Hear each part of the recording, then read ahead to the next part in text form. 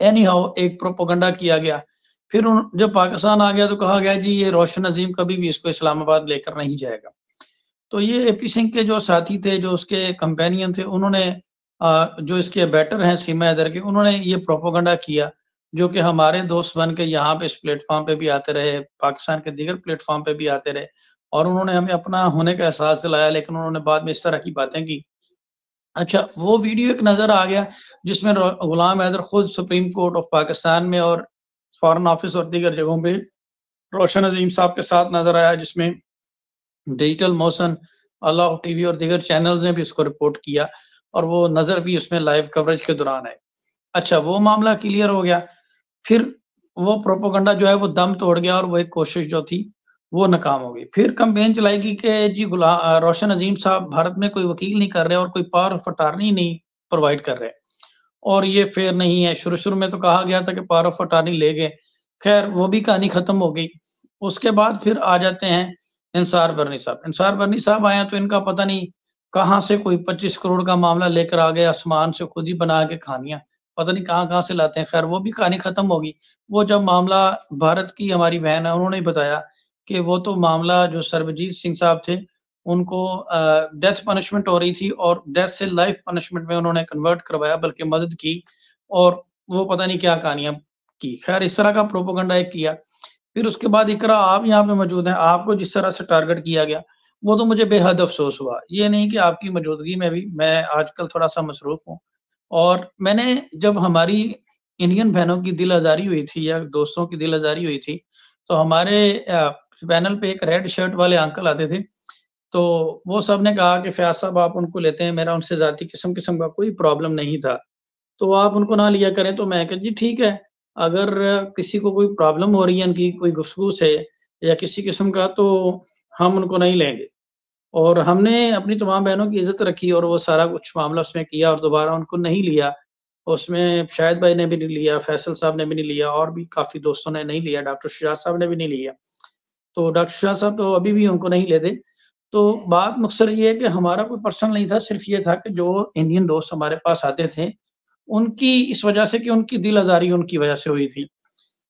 अब मुझे रियलाइज़ हो रहा है इनके चेहरे देख कर के मुझे वो मोहतरम को डेली लेना चाहिए और आने वाले वक़्त में जब मैं फ्री होऊँगा, तो मैं बता दूँ कि अब मैं ज़रूर लूँगा उनको ताकि इस तरह के लोगों का जवाब देने के लिए मेरा ख़्याल है कि वो तो मैं इसमें ये कहूँगा कि इस तरह की चीज़ों से हमें कोई फ़र्क नहीं पड़ेगा।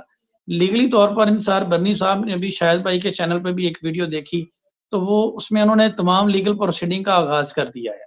अभी इकरा आप मुझे बताएँ कि अभी लेटेस्ट पाकिस्तान में क्या चल रहा है और नेक्स्ट स्टेप उनका क्या है? जी। अर्सलाम वालेकुम फिर से थे, बहुत शुक्रिया फयाज भाई। अ, साथ साथ मैं जवाब देती जाऊंगी। सबसे पहली बात कि अंसार बनी इंसानियत इंसानी अजमतों वक़ार के लिए काम करने वाले का एक बहुत बड़ा नाम। पाकिस्तान के अंदर तो उनकी सर्विसेज है ही, लेकिन बैनुल अक़वामी सतह पे इंटरनेशनल लेवल पे भी उनका ह्यूमन राइट्स का बहुत काम है, जिसकी तस्दीक खुद इंडिया ने की हुई है। अब वो खुद आज जो वीडियो आपने शाहिद भाई की के चैनल पर देखी, उन्होंने कुछ एहसानात अपने याद ज़रूर दिलवाए हैं, क्योंकि उनके ऊपर जो तनकीद की गई, बेजा तनकीद की गई, तो ज़ाहिर है उन तक ये इन्फॉर्मेशन पहुंची जिसको रिस्पॉन्ड उन्होंने किया है। और सेकेंडली ये कि वाकई पहले रोशन अजीम साहब के ऊपर उनको तनकीद का निशाना बनाया गया, वो ये नहीं करेंगे, वो नहीं करेंगे। वो तो इंटरनेशनल सेट गाइडलाइंस के ऊपर चल रहे थे इस तरह के केसेस में जो होती हैं।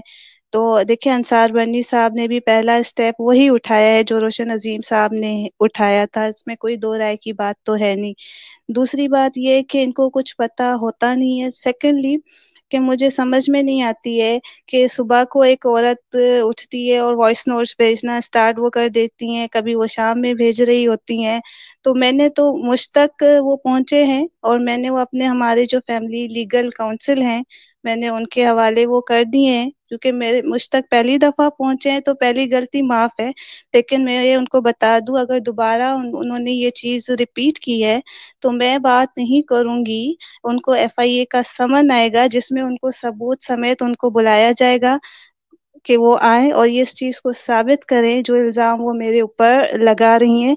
कुछ फंडिंग वंडिंग का वो कह रही थी, I don't understand such things, लेकिन मेरे काउंसिल अच्छे तरीके से वो समझते हैं और वो बुलाएंगे थ्रू FIA और फिर उनको रसीदों समेत आना पड़ेगा, क्योंकि वो सर्कुलेट वो कर रही हैं, तो कोई बात नहीं है, वो करती रहे। अल्लाह की लाठी कह रही थी कि बेआवाज़ है, तो अल्लाह की लाठी जब चले सो चले, लेकिन कानून का डंडा ज़रूर चलेगा, जिसकी ज़द में वो आ सकती हैं। तो मैं उनसे रिक्वेस्ट करूँगी कि इस चीज़ से वो अ, मतलब इज्तनाब करें, वो ना करें। और एक इंडियन है, अब मैं उनका नाम मैं नहीं ले रही हूँ, किसी के कंधे पे बंदूक रख के वो चला रहे हैं कि XYZ ने इसके लिए ऐसा कहा है। तो मैं उनको बता दूं, मैं ऑर्डिनरी पाकिस्तानी सिटीजन नहीं हूँ, मैं UNO की एक ज़ैली तंजीम की मेंबर भी हूँ। अगर दोबारा उन्होंने ये चीज़ रिक्वेस्ट की तो मैं ये हक रखती हूँ कि मैं अपने इदारे को भी इन्फॉर्म करूँ, मैं अपनी गवर्नमेंट को भी इन्फॉर्म करूँ, और जहाँ वो रहते हैं मैं वहाँ की गवर्नमेंट को भी इन्फॉर्म करूँ और एहतजाज करूँ, और जो भी लीगल प्रोसीडिंग्स हैं वो मैं इनिशिएट करूँ। वो ये ना समझें कि वो इंडिया में बैठ के कुछ भी कहेंगे और मैं बर्दाश्त कर लूँगी। मैंने एक ईमेल करनी है अपने इदारे को और फिर जो भी एक्शन होगा वो वहाँ से आएगा। तो फिर हम देखते हैं कि वो दोबारा ये हरकत रिपीट करते हैं या क्या करते हैं। सेकेंडली, आपका जो सवाल था लीगल प्रोसीडिंग्स के हवाले से, तो बिल्कुल केस फाइल फॉरवर्ड कर दी थी। इंडिया में सुप्रीम कोर्ट के लॉयर हैं, पाए के वकील हैं, बहुत अच्छी उनकी रेपुटेशन है, खुद इंडिया के अंदर भी और इंटरनेशनल लेवल के ऊपर भी। वो भी एक इंटरनेशनल ऑर्गेनाइजेशन से एसोसिएटेड हैं। तो और यहाँ पे भी बहुत जल्द इंशाल्लाह उम्मीद यही है कि इसी वीक या कमिंग वीक में हाई कोर्ट से रुजू कर लिया जाएगा। जी बिल्कुल सही बात है और ये बहुत बड़ी डेवलपमेंट है जो अभी आपने बात की है। और ये जो इस बार जो किया जाएगा, अप्रोच किया जाएगा कोर्ट को, वो उस तरह का नहीं होगा कि जैसे पहले कोई PIL फाइल की गई थी। ये खैर एक सही नज़र भी आएगा कि कोई स्टेप उठाया गया है। बहरहाल मैं यही कहूँगा कि इस तरह की जो चीज़ें होती हैं उससे कोई फ़ायदा नहीं होता। हमारे जो अपोज़िट पार्टी है, हमने उनको भी कहा, AP सिंह साहब हैं, तो मैंने कई दफ़ा उनसे ये यहाँ पे लाइव में भी कहा कि अगर आप में दम है, आप आएँ हमारे साथ बात करें। आप बताएँ आपकी पिटीशन का क्या बना, जो आपने मर्सी पिटीशन, आप हमसे तो पूछते रहते हैं, बताएँ मर्सी पिटीशन का क्या बना? आपने कहा था बच्चों को हमने स्कूल में एडमिशन दिला दिया, क्या बना? तो ये सारी चीज़ें होती हैं कि क्योंकि उनके अंदर दम नहीं है, या फिर मुझे बुलाएँ, मैं ना जाऊँ तो बात हुई, और सैटिस्फाई ना करके आऊँ तो फिर बात हुई, हमें बुलाएँ। बात ये है कि इस तरह की चीज़ें करने से कुछ हासिल नहीं होता। हम अभी भी सबके साथ उसी तरह से रिस्पेक्ट वाला हमारा मामला है, लेकिन जब इस तरह से आप ज़ातियात पे जाके और जिस तरह के अल्फ़ाज़ आपके बारे में यूज़ किए गए, वो तो मुझे इंतहाई अफ़सोस हुआ। और शाहिद भाई के बारे में, तो फिर हमसे भी इस तरह की चीज़ आप एक्सपेक्ट ना करें कि किसी भी जो दोस्त को या किसी भी इस तरह के इंसान को कोई स्पेस मिलेगी। बहरहाल मैं ज़ाती तौर पे बरनी साहब की जो एफर्ट्स हैं, उससे बड़ा सैटिस्फाइड हूँ और अब समझ आ रहा है कि ये केस किस तरीके से सेटल होगा और किस जानिब बढ़ रहा है। तो उन्होंने तो बड़े वैलिड क्वेश्चन उठाए हैं, और वो एक आम आदमी को, कोई एडवोकेट ना भी हो, तो समझ में आता है कि बिल्कुल ये बात दुरुस्त है। एनी हाउ, ज़ोया भी हमारे साथ मौजूद हैं। शाज़िया और ज़ोया, प्लीज़ आप कोई बात करना चाहें या इकरा से कोई सवाल करना चाहें तो आप कर सकते हैं।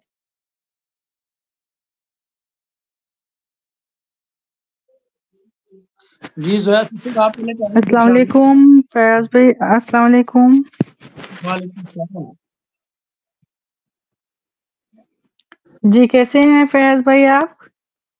जी मैं बिल्कुल ठीक हूँ, बात करें आप। जी जी मैं तो यही बोलूंगी कि ये जो पाकिस्तान से नौटंकर उठ के आई हुई है यहाँ पर, पाकिस्तान की छिपकली, जी, जी। इसको कहीं से भी इज्जत रास नहीं आई। तो अब इसकी नौटंकी ये है कि भजन पे वीडियो बनाने और भगवान की मूर्तियां सामने रखनी, और उसका मकसद क्या है कि अब मैं ऐसे वीडियो पोस्ट करूंगी जिसके ऊपर लोग मेरे को जय Shri Ram, Radhe Radhe, super nice comment आएंगे, क्योंकि डांस कर करके थक गई और उस पे उसको बहुत सारी गालियां मिल चुकी हैं। अभी ये इसका नया फंडा है जहां से इसको थोड़ा सा रिस्पेक्ट मिलेगा, क्योंकि देखो भगवान की मूर्ति लेकर हाथ में और पूजा पाठ करते हुए तो उसको कोई गाली दे नहीं पाएगा, लेकिन ये उसका गलत ख्याल है। बेशक वो भगवान की मूर्ति हाथ में रखे या फिर कुछ भी करे, भगवान को तो कोई गाली नहीं दे सकता है, लेकिन ये है कि सीमा का नाम लेकर उस वीडियो पे तब भी उसको गालियाँ दे सकते हैं, जो देने वाले होंगे। तो ये उसका कुछ गलत ख़्याल होगा कि शायद मैं ये ड्रामा करने के बाद मैं बरी हो जाऊँगी, तो वो बरी होने वाली नहीं है, वो आज भी डिपोर्ट होगी और कल भी डिपोर्ट होगी ही होगी। और जो वो कारनामे यहाँ पर कर रही है, मेरा कहना ये है अपने जितने भी हमारे इंडिया से भाई-बहन यहाँ पर जुड़े हैं, मैं उनसे एक चीज़ पूछना चाहती हूँ कि आप लोग उसको सपोर्ट कर रहे हैं, जो औरत 2 टके की औरत है, जिसको अपना ना तो कल पता है और ना ही आगे का पता है, वो औरत एक तिरंगे को अपने जिस्म के साथ, अपने गंदे जिस्म के साथ लिपट के और वीडियो बना रही है और आप लोग उसको वेरी नाइस, सुपर ये वो लिख रहे हो, तो आपको शर्म नहीं आ रही है क्या? क्या हमारे भारत में ये कहाँ पर लिखा हुआ है? एक गंदी औरत उसको अपने जिस्म के साथ तिरंगे को लिपट कर और वीडियो बना रही है। यहाँ पे भगवा कलर पे भी वो वीडियो बनाती थी, तब भी आप लोगों ने उसको कुछ नहीं बोला। अभी तिरंगा लिपटती है अपने जिस्म पर, तब भी आप उसको कुछ नहीं तब भी आप उसको सपोर्ट करते हो। तो फिर क्या आप लोग बोलते हो हमारा भारत महान, हमारा भारत महान, तो आपको इस चीज़ की शर्म नहीं आती है क्या? आप क्यों नहीं इस चीज़ के लिए आवाज़ उठाते हो? क्यों नहीं उसके लिए मतलब कोई ऐसा कानून बना रहे हो कि उसको मतलब उसकी आईडी सबसे पहले बैन की जाए, जो वो मतलब एक तरफ से देखा जाए तो वो बहुत ही गलत वीडियो पोस्ट करती है। अपने डांस के वीडियो पोस्ट करे ना वो मतलब ये ऐसे गलत वीडियो पोस्ट क्यों करती है? तिरंगे को लिपटना, फिर भगवान का सहारा लेकर वो खुद को बचाना, तो आप लोग भी उसके मतलब हाँ में हाँ कर रहे हैं, तो लेकिन आपको शर्म होनी चाहिए इस चीज़ की। जो चीज़ गलत है, वो चीज़ गलत है। हम जिस वक़्त 15 अगस्त आता है या 26 जनवरी आता है, राष्ट्रगीत हम जिस वक़्त गाते हैं, हमारी आँखों की पलकें नहीं झुकनी चाहिए। हमारी आँखें की पलकें नहीं झुकनी चाहिए, हम ये सब कुछ करते मतलब ऐसे राष्ट्रगीत और वो मुंडी उधर-इधर करके करके तो फिर राष्ट्रगीत गा रही है और भजन जिस वक़्त वो भजन गा के अपने वीडियो बना रही होती है, तो उसकी नज़र होती है आज भी जाकर देखो उसका फर्स्ट वीडियो जाकर देखें आप, आज भी वो भगवान के आगे बैठ के वहाँ पर आरती कर रही है, आरती क्या कर रही है, देख रही है फ़ोन की तरफ, फ़ोन के कैमरे की तरफ देख रही है और अपना वो वीडियो बना रही है। आपको नहीं लगता है कि आपके भगवान के साथ वो खिलवाड़ कर रही है, आपके भगवान को मज़ाक कर रही है और आप लोग उसको कुछ भी नहीं कर रहे हैं, आप लोग उसको सपोर्ट कर रहे हैं? ये क्या कोई अच्छी बात होती है? आप लोग क्यों नहीं उसके लिए आवाज़ खड़ी कर रहे? क्यों नहीं उसका कुछ कर रहे कि मतलब ये औरत यहाँ पर गलत कर रही है, क्यों नहीं आवाज़ उठा रहे हो आप? आपको शर्म होनी चाहिए। एक तो आप उसका मतलब सपोर्ट कर रहे हो और ऊपर से बोलते हैं हमारा भारत महान, हमारा भारत महान। कहाँ से आपका भारत महान है? आपने खुद उसको ये सब कुछ करने पे मजबूर कर दिया है। एक 2 टके की औरत को आपने सर पे चढ़ा के रखा कि मतलब हिम्मत पड़ी कि वो अ, हमारे ही तिरंगे एक किस्म का देखा जाए तो वो पाकिस्तान से उठ के हमारे भारत में आके हमारे तिरंगे की बहुत ही बेइज्जती कर रही है और आप लोग उसको देख रहे हैं, आप लोग उसको सपोर्ट कर रहे हैं। वो आई ही इसी मकसद के लिए है यहाँ पर। हमारे तिरंगे को नीचा करने के लिए आई हुई है, हमारे तिरंगे की बेइज्जती करने के लिए आई हुई है। कहीं न कहीं वो आज भी अपने पाकिस्तान की ही है, हमारे इंडिया की नहीं है, वो आज भी उधर की ही है और वो आज भी कहीं न कहीं अपने ही वहाँ के तिरंगे को ऊँचा करने की कोशिश कर रही है और हमारे तिरंगे को अपने पैरों के नीचे रौंद रही है वो।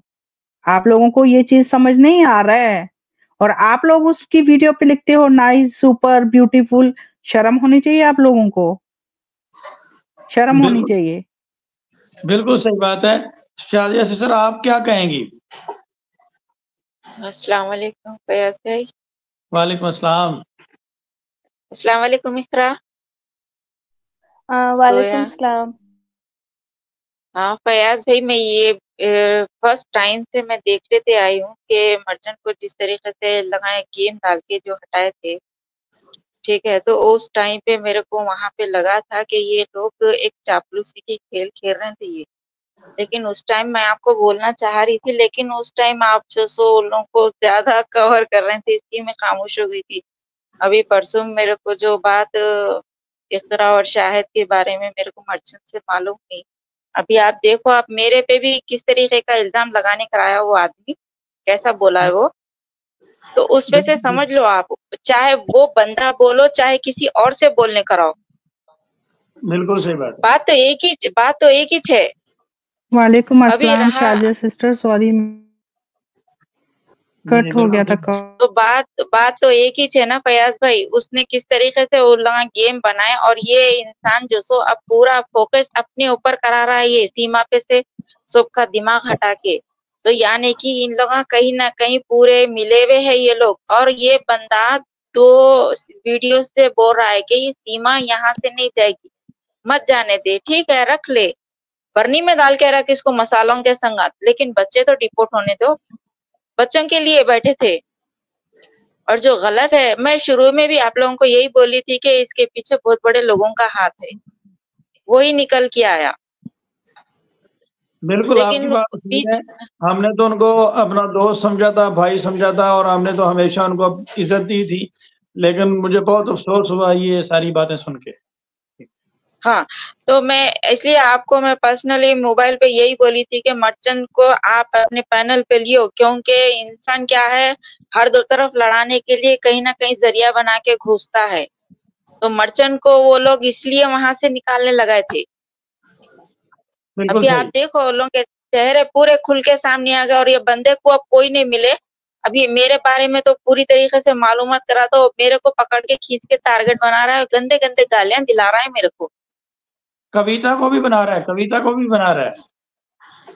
वो तो बात की बात है, मगर मेरे हिसाब में तो देखो आप, एक गैर इंसान किस तरीके से ये अल्फाज बोल सकता है, जबकि मैंने कभी कोई पैनलों पे उन के नाम तक नहीं ली मैं, ना अभी तक मेरे को सही तरीके से किसी के नाम मालूम है। बिल्कुल सही बात है, बिल्कुल सही बात है, बिल्कुल सही बात है। और एक बात सुनो, अमिता मलिक क्या नहीं, एक मिनट मर्चेंट, एक सेकंड, क्या कर लेगा तू मेरे को, क्या कर लेगा? मेरा नाम लेके तू इंडिया में, मैं इंडिया में हूँ, तू भी इंडिया में है, चल आजा मैं देख लेती हूँ तू मेरे को क्या कर लेता है। देखेंगे तेरी पहुंच और मेरी पहुंच में कितना फर्क है। देखिए, अमिता मलिक भी फियाज भाई की लाइफ में, सुजात अली भाई की लाइफ में, शाहिद हुसैन भाई की लाइफ में पहले शुरुआत में कितना गुलाम हैदर का फेवर कर रही थी, और सीमा के खिलाफ कितना उसने बोला। फिर उसने जब अपना चैनल बनाया तो पहला इंटरव्यू मेरा लिया, और मैंने उसने पूरे इंटरव्यू में मैंने बताया कि मेरे साथ इंडिया में क्या क्या हुआ, आज भी देखो क्या क्या हो रहा है मुसलमानों के साथ में, वो भी मैंने बताया था। अभी वो देखो पूरी सीमा हैदर की वो तारीफ कर रही है, और सीमा हैदर सनातनी हो गई है, और हर टाइम वीडियो बनाती है कि अभी उसको फ्री में एजुकेशन उसको बच्चों को मिलेगा। तो भाई हेलो, हम कहते हैं सीमा हैदर को नागरिकता दे दो, 4 बच्चे हैं ना, वो गुलाम हैदर को वापस दे दो। हम तो पहले से शुरू से बोल रहे हैं। उसमें वो पूनम खन्ना भी है, वो भी सनातनी हिंदू, वो भी सीमा की तारीफ कर रही है कि वो सनातनी हिंदू हो गई है। अभी बात ही पूरा पलट है। अभी लोगों के कुछ भी नहीं, सनातनी सिर्फ नाम है, सनातनी सिर्फ नाम है, बाकी सनातनी में कुछ भी नहीं रखा है। सनातनियों में अगर कुछ रखा होता ना तो ऐसी वैश्या औरत को अपने वहां पर नहीं रखते, अपने गांव में नहीं रखते अभी तक। वही तो बात है ना, अभी तक उसको देखो सेलिब्रिटी बना दिया, और 8-9 महीने हो गए। मैं अभी भी बोल रहा हूँ। मर्चेंट सर सुनिए मेरी बात, ये रूलिंग मर्चेंट सर सुनिए। हाँ समझ गया मैं, बोलिए। मुझे लगता है जो सनातनी धर्म है ना, वो सिर्फ नाम का धर्म है, क्योंकि उनको खाली आइडिया चाहिए, आइडिया बनाकर उनको भी सीमा की तरह डांस करने हैं, और उनको भी फेम पाना, उनको भी रकम कमानी है, क्योंकि उनको तो खुद के हाथ पैर है नहीं है, खुद में तो उनको दम नहीं है आइडिया बनाने का। खुद मुझे लगता है उनके पास तो कोई वो है ही नहीं, कला है ही नहीं, इसलिए वो सीमा का सपोर्ट लेकर अपनी आइडिया बनाने के चक्करों में है। इसलिए सनातनी सिर्फ नाम का धर्म है। जो सही में सनातनी होते हैं ना, वो ऐसे लोगों से चिढ़ और नफरत करते हैं। और अभी तक धक्के मार के निकाला होता, जो सही में रियल में जो सनातनी होते, अभी तक धक्के मार के इसको वहां से निकाला होता, सबसे पहले इसका घर ही खाली किया होता। इस ये जो काला कौवा तंदूर से निकला हुआ है, सबसे पहले इसका घर ही खाली किया होता जिस वक्त ये सीमा आई थी यहाँ पर, उसी टाइम पर। लेकिन ये नाम के सनातनी है, बाकी काम इनके 2 नंबर के ही हैं और कुछ भी नहीं। और देखो अभी तो राम मंदिर बन गया ना, तो अभी तो सुकून कर लो। क्यों भाई मुसलमान को घर और मस्जिदों को अटैक करते हो? मत करो, अभी तुमको जो चाहिए था वो मिल गया, अभी तुम सुकून से रहो ना। और मुसलमानों को भी सुकून से रहने दो, वो भी मुसलमान जो है वो भी इंडियन है, वो कहीं नहीं है। और देखिए फियाज भाई, वो ये काला कौवा, वो उसको लेके आया, कोई पाकिस्तानी हिंदू को लेके आया, और वो देखो कितना खिलाफ बोल रहा है पाकिस्तान के खिलाफ। और आपकी लाइव में वो डॉक्टर संदीप मोतियानी साहब आए थे, उन्होंने बताया कि पाकिस्तान में हिंदू कितनी अच्छी तरह से रह रहे हैं और उनके ऊपर कोई जुल्म नहीं हो रहा है। और ये काला कौवा उधर लाके अभी इंडिया पाकिस्तान और हिंदू मुस्लिम करवा रहा है। बिल्कुल सही बात है। और अभी हमारी एक और बड़ी प्यारी बहन है सवेरा प्रकाश, जो कि यहाँ से पाकिस्तान से इलेक्शन कंटेस्ट कर रही हैं, और यहाँ पे देखिए ना सेफ है।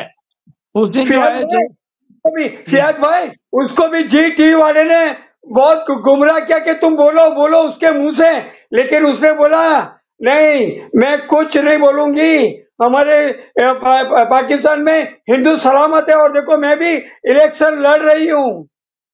बिल्कुल सही बात है। और आप एक चीज और, रमेश कुमार साहब आए शायद भाई के चैनल में, उन्होंने किस तरीके से सारी सूरत-ए-हाल बताई और बताया कि यहाँ पे हिंदू जो है वो कितने पीसफुल एनवायरनमेंट में रह रहे हैं, और यहाँ पे गवर्नमेंट ऑफ पाकिस्तान की नुमाइंदगी कर रहे हैं और नेशनल असेंबली में बैठ रहे हैं, बिल पेश जो होती है। और सुनिए, अभी हमारी मस्जिदें तोड़ी गई, लेकिन पाकिस्तान में आज भी कोई भी हिंदू जाके उन पे पथराव नहीं किया, या उनके ऊपर मस्जिद नहीं, जो वो फ्लैग भी नहीं लगाया, पाकिस्तानी फ्लैग या कुछ भी। लेकिन अभी इंडिया में देखो, हमारी मस्जिदों के ऊपर भगवे झंडे चला रहे हैं, और ये प्रेजेंट गवर्नमेंट कुछ एक्शन नहीं लेती। ऊपर से मुसलमानों के घर बुलडोजर से गिराए जाते हैं, उनको टॉर्चर किया जाता है, उनको जेलों में जाता है। मैं तो शुरू से बोल रहा था फियाज भाई, देखो अभी ये हकीकत आ गई ना सामने, आपके सबके सामने।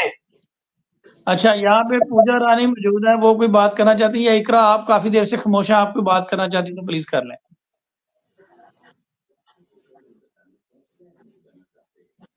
इकरा, आप कोई बात करना चाहती हैं तो कर लें, आप काफी देर से खामोश हैं जी।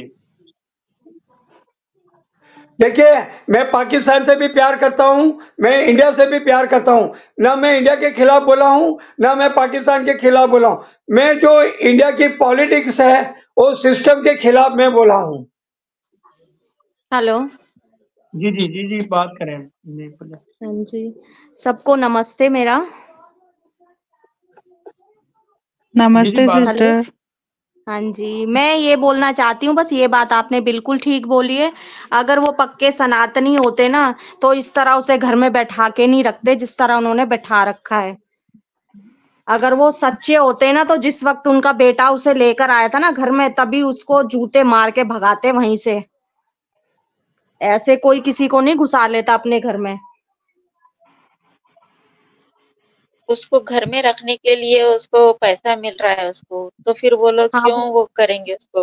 और रहा सवाल अभी जो इंसान के घर में एक टाइम का खाना सही टाइम का नहीं मिलता था, अब 3 टाइम बराबर उसके जरिए से खाना मिल रहा है, और ऊपर से पैसों की बरसात हो रही है। तो फिर ऐसे घर चल के आई सो लक्ष्मी को कैसे लात मार के निकालेंगे कोई भी?